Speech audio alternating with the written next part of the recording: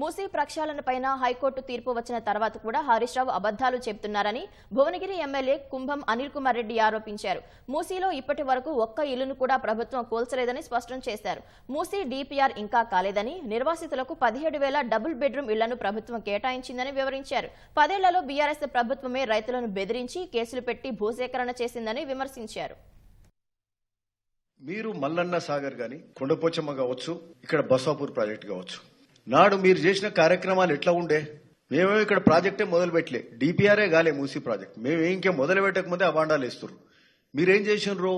మల్లన్న సాగర్ భూ నిర్వాసితుల మీద లాఠీ చార్జ్ చేసినారు, భయానక వాతావరణం సృష్టించారు, రైతులను భయపెట్టి భూములు గుంజుకున్నారు, లాఠీ చార్జీలు చేసినారు. మేము ఇంతవరకు కూడా మూసీల ఏ ఒక్క ఇల్లు కూడా కూలగొట్టింది లేదు, కాంగ్రెస్ ప్రభుత్వం కూలగొట్టింది లేదు. మూసీ నది గర్భంలో ఉన్న వాళ్ళు కూడా వాళ్ళంతల వాళ్ళుగా తరలిపోయినరు. వాళ్ళు ఖాళీ చేసి డబుల్ బెడ్రూమ్లకు పోయినాకనే ఆ ఇండ్లు ఖాళీ చేయించడం తప్పితే కూలగొట్టే ప్రసక్తి లేదు. అట్లాంటి ముచ్చట ఇంతవరకు కూడా చేయలేదు. మూసీ పునరుజ్జీవింపజేసే కార్యక్రమం ఖచ్చితంగా జరగాల్సిందని చెప్పి, మూసీ ఏదైతే 2013 చట్టం ప్రకారం భూ నిర్వాసితులకు ఇవ్వాల్సిందే. వాళ్ళకు సంబంధించిన బాగోగులు చూడండి తప్పితే వేరే దీన్ని అడ్డుకోవడానికి ఎవ్వరికి అర్హత లేదు. దీని మీద ఎవ్వరు కూడా మాట్లాడొద్దని కూడా హైకోర్టు తేల్చి చెప్పింది. తేల్చి చెప్పినాక కూడా, హైకోర్టు చెప్పినాక కూడా హరీష్ రావు గారు మళ్ళా అదే మాట్లాడతాడు.